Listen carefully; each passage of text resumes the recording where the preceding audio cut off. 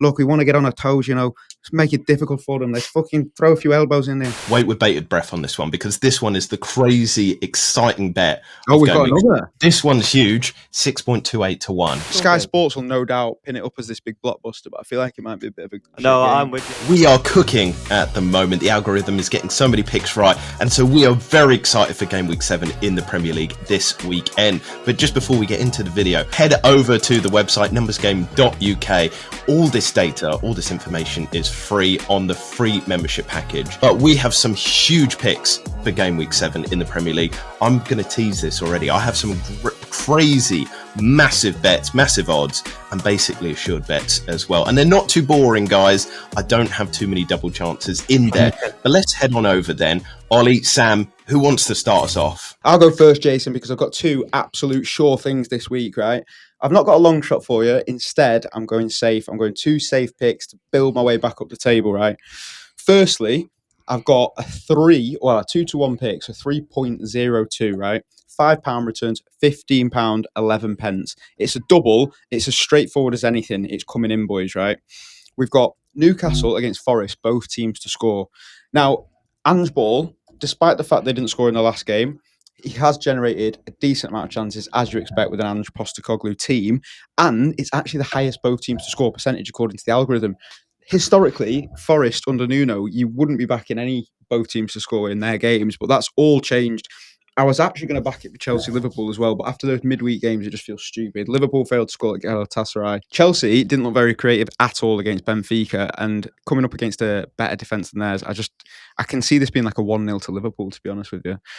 So instead, we're back in at Forest, Newcastle, both teams to score, and then I'm excited to present to you this one. Igor Thiago, 2+ fouls in Brentford against Man City, because he's averaging 2.5 fouls per 90 so far this season. He's a big bully up top. Brentford are going to be lumping balls into the box, right? And they're going to be making it awkward for City's defence. I'd imagine Keith Andrews in the change room before is going to say, look, we want to get on our toes, let's make it difficult for them. Let's fucking throw a few elbows in there. So, few fouls, and also Brentford are averaging third lowest possession in the league. And you obviously don't foul when you've got the ball. So, City level of the ball. He's got a load of chances to make fouls in that game. It's probably going to be more than 2, but to be safe, Igor Thiago 2+ fouls. So the double for all of that is Newcastle Forest, both teams to score, and Igor Thiago 2+ fouls. What do you think? I think I'm shocked that Brentford have got Conor McGregor in the dugout. I don't mind the Igor Thiago pick, but I've got to say I don't like the Forest Newcastle both teams to score pick at all. In fact, I dislike it so much. At the stage, I had Newcastle to win to 0 on my ACCA. Newcastle are the second best defence in the Premier League. They only conceded to Arsenal and I think one other goals in the Premier League so far in 6 games. Eddie Howe's philosophy this season has been to shut everybody out. Forest have been poor in front of goal. Chris Wood has not been taking his chances at all. So I see Newcastle winning that 1-0 personally. Full clean sheets, best XG conceded. I'm totally with you, Ollie. Yeah. Well, they conceded to Bradford recently and Arsenal, so you can both suck your mums. Also, let's put it out to the subscribers then, right? In the comments before the game as well. Don't just come in after, you were wrong about the both teams to score. Comment before the game, right? Do you agree with me or Jason and Ollie here? Both teams to score in Forest against Newcastle. Forest are going to get a goal, guarantee it. I don't see it myself. My next pick is an absolute belter. I've saved the best one to last. It's £5 on returns, £13, so it's not a massive pick. It's only 2.62, but it's Sunderland or draw at Old Trafford. Oh, yes. And here's the data for you. It's Ruben Amorim's Man United. That's it. Nah, Sunderland or draw. They've both actually got good value odds. So the odds are greater than they should be on both the draw and Sunderland. Sunderland are 5th in the table, sitting pretty. They'll know that they can go to Old Trafford and take points. Like, it's not exactly been a scary place to go for years now. Now more than ever, and they're unbeaten in the last 5 games. They're taking the momentum in. The players have down tools for United. I think it's just a pretty easy pick, to be fair. Yeah, do you know what? I see that a lot. I think Sunderland have defended really well, and I think United's attack, despite having tons of XG this season, I think they're one of the highest teams for XG. Yeah. They just didn't look like scoring against Brentford, and I could definitely see Sunderland getting a result. To be honest with you, the only thing I will say is that United at Old Trafford seem to be marginally better than United on the road, which is the only. It's concerning that that's what you would say about a Man United side against Sunderland. Yeah, there's a lot of stuff about United's XG and how they're the most in the league, but it doesn't matter how much expected goals you're creating if A, you're not scoring them, and secondly, it doesn't matter how many chances you're generating if you're leaking goals like for fun. Yeah. So, easy pick for me. Jason, what do you reckon Sunderland get a result? I absolutely love it. In fact, I've actually got that as one of my bets as well. I'm totally with you. And like Man United, looking at that swing, their expected goal difference is positive 3.1 and the actual goal difference is -4. So they are really, really poor at the moment. And we don't know when it will happen as well. There's no assurances that things are going to improve, especially whilst Amarim is there. But Ollie, let's see what you've got on offer for game week 7. Yeah, so I have got a pretty convoluted pick, so stay with me here. I'm just going to rattle through it. I've gone for two sort of mid-risk picks. I know you're going to say that I've got head loss again and the strategy's out the window after 6 weeks. And you're probably right, to be fair, but I've gone with it because I figure it's not Hail Mary's time at the moment, but I need to start making up ground. So first game is Arsenal against West Ham. I've gone for Arsenal to win and keep a clean sheet, and I've gone for Gyökeres to have 1+ shots on target. I think Gyökeres against weaker sides that's where he's going to come into his own and score his goals. And he had 6 shots against Newcastle, who obviously aren't a weak side, but I think this is his opportunity. He's obviously on pens as well. And I think West Ham won't be as bad as they were under Potter, but I think they'll get steamrolled. And then I've got Newcastle against Forest. I've got Newcastle to win, Forest to score less than 2 goals, and Elliot Anderson to commit a foul. He averages 1.75 fouls a game. Obviously, he's a Geordie lad himself. And I think Forest are not going to score. Well, they're certainly not going to score 2 goals against Newcastle. So that's 4.41. So a fiver returns 22 quid. What do you think? I love Elliot Anderson foul because he's always been a serial fouler. Him, Yeah. even when he was at Newcastle, I remember the stats. I wouldn't even mind him to get booked if the odds were decent because, like you say, he'll be out to. There's no way he doesn't go into that game to impress. He left for what 40 million in the most dodgy transaction anyone's ever seen. Yeah, but to be fair, it's looking like a snip for them. Mate, he's a quality player, to be honest, and I think he's going to be a shoo-in for the England team if he carries on the way he is. He can do it all, but yeah, he's one of them. He plays on the edge, doesn't he? And that Newcastle midfield, I think Bruno Guimaraes was the most fouled player in the Premier League last season. I think he's got the most fouls in the Premier League out of any midfielder so far this season. So it's a battle. Joe Linton, obviously, we know what a house he is. So I love the Newcastle side of it. Mm-hmm. I don't like backing teams to win to 0. I just think there's always that chance with own goals. The only team that I ever do it for is Arsenal, to be honest, because I just think they've conceded 1 big chance in 6 games. And I know Jared Bowen's got 3 goals and he's not even had a big chance yet. He's a clinical finisher. I just feel like this Arsenal team are defending outrageously well. They suffocate teams. Yeah, I can't deny that. I like it. My problem is, again, too many legs. Yeah. I hate having that many legs for the short returns, unless you're putting on a big slogger. I really love it for everything that you said there. Arsenal to win to 0. It seems a really high possibility with how poor West Ham have been. I know that they've got the new manager bounce, but Nuno's not like a big scoring manager. I think he'll want to come there and probably shithouse a draw. I don't think they're going to be proactive and on the front foot. And also what I will say as well that Sam didn't pick up on is that you actually said Newcastle to not score by that many goals as well.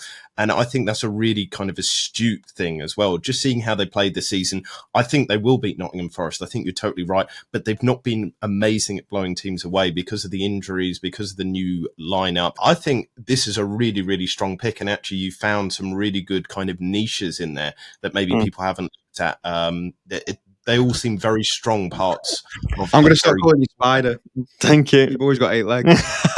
Fucking hell. My next one is another fiver. This one comes in at 6-1.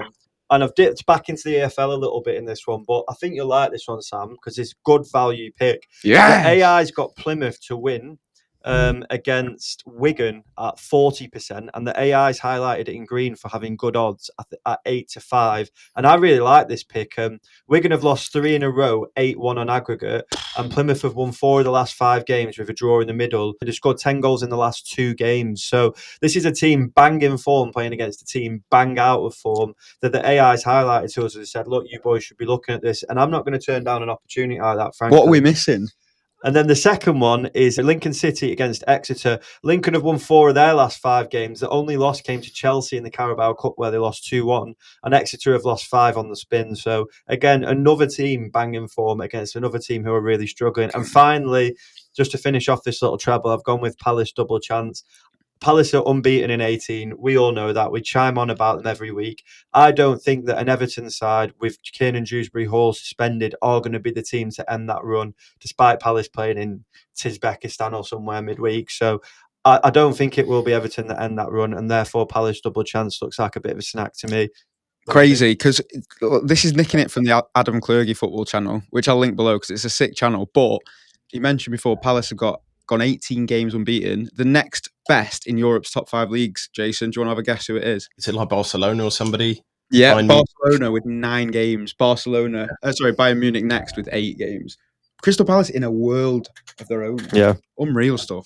So, yeah, I Yeah. like that. Everton aren't going to be the one to end it, I'm sorry. No, I totally agree with that. And it's something that I've mentioned in my bets as well, which shall we move on to then? Because Let's hear your stuff, Jason. just kind of building on it. So I've got a bit of a boring one, but it's still 3.36 to 1, £5 on to return £21.8. Arsenal to win. I'm absolutely backing my boys this week, and we've all talked about that. Also, Newcastle to win. We've already discussed this as well. One that I think that we've not talked about is the Chelsea versus Liverpool game. I think both defences have been pretty poor the last few game weeks. And so I think that one is both teams to score is a really good shout. You know, I think Liverpool are travelling to Chelsea. Chelsea haven't been playing too well. Liverpool have been, exposed the last 2 games as well, 2 losses in a row. I don't want to bet on the outcome of this game because it feels like anything can happen at the moment. There's kind of like a transition in this power struggle of Liverpool. And then Palace double chance. So like I said, that's just a 3.36 to 1. There's only 4 kind of legs to it. I didn't want to kind of over egg it. As Sam likes to point out, you don't want too many legs in these bets. But yeah, what do you think on that one? Because we've already kind of covered 3 of those bits. So I guess it's the Chelsea versus Liverpool. Do you think I'm right to back both teams to score in that one? Well, I said before, I had it in mind originally, but I took it out because Galatasaray held Liverpool to a clean sheet. Yeah, Liverpool apparently generated chances. I didn't watch the game. But Chelsea didn't really like scoring against Benfica. They got a lucky own goal in the end, but they didn't generate much. And I just think it might be one of those games that's a bit horrible. It's like Sky game. Sports will no doubt pin it up as this big blockbuster, but I feel like it might be a bit of a No, shit I'm game. with you. I don't. It could finish 2-2. It could finish 1-1. I seriously wouldn't be surprised to see it finish 1-0. I don't have any faith in this Chelsea side doing anything attacking wise, and the defense looks awful at the moment. So They need to spend a few quid, don't they? So wait with bated breath on this one because this one is the crazy, exciting bet. Oh, we've got another. This one's huge, 6.28 to 1. Now, Bournemouth, the first leg, to win. I don't think that one's really too exciting, but against Fulham, I think they'll blow them away. Then it's the Leeds double chance at Ellen Road. They are 23 games, 1 year unbeaten there. I don't see Tottenham turning up at all. And Tottenham have been playing really crap recently as well. This is the opportunity. I've got to get my oar in. yeah. And the final bit is that Sunderland double chance. I'm backing them to do well in that game against Manchester United. So that comes up with a 6.28 to 1, £5 on, £36 to return. They're good value. So I think I'm using the website again to make those good picks that kind of Sam always talks about. So I guess, Sam, what do you think on those? Yeah, I love them for that exact reason. It's kind of similar to my 9 to 1 for the Champions League last night, where it's a long shot in terms of the odds, but it doesn't feel like any of the legs are too much to ask. Unfortunately, mine got let down by Benfica, but we had an Angel Gomez foul. Harry Kane scored 2 goals within 34 minutes, and then unfortunately had Benfica or a draw. But if that game got played 10 times, I reckon over 5 times it would be a draw, 0-0 probably. I think you've touched on something really interesting here, Jason, which is that this is the difference between using odds to pick the favourite of the game and using AI. So the numbers game AI actually has Leeds as favourites to beat Tottenham, and there's a couple of reasons for that. I think one is what you mentioned: Leeds unbeaten at home in over a year, and 2, Tottenham, even when they were getting results at the start of the season, they were running seriously hot. Like their XG numbers going forward were not good, and defensively they were conceding a ton of chances, but they were still keeping clean sheets. So I think the AI will look at both of those things, factor it in, and it's come out with Leeds doing the business. Plus, you've got Spurs playing midweek away in Bodo Glimt in the in the cup. So there's a Which lot also of had Bodo factors. Glimt as favourites, by the way.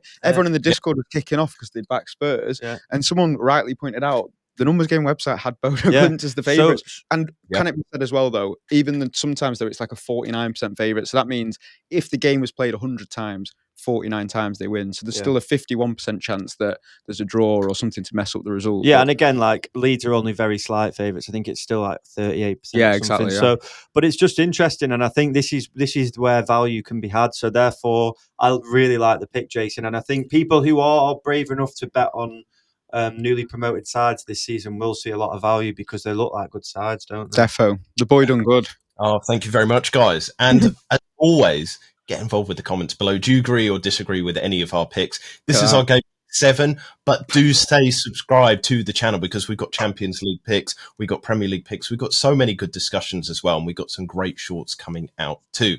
But for now, we're going to wish you the best of luck. We will see you again very soon.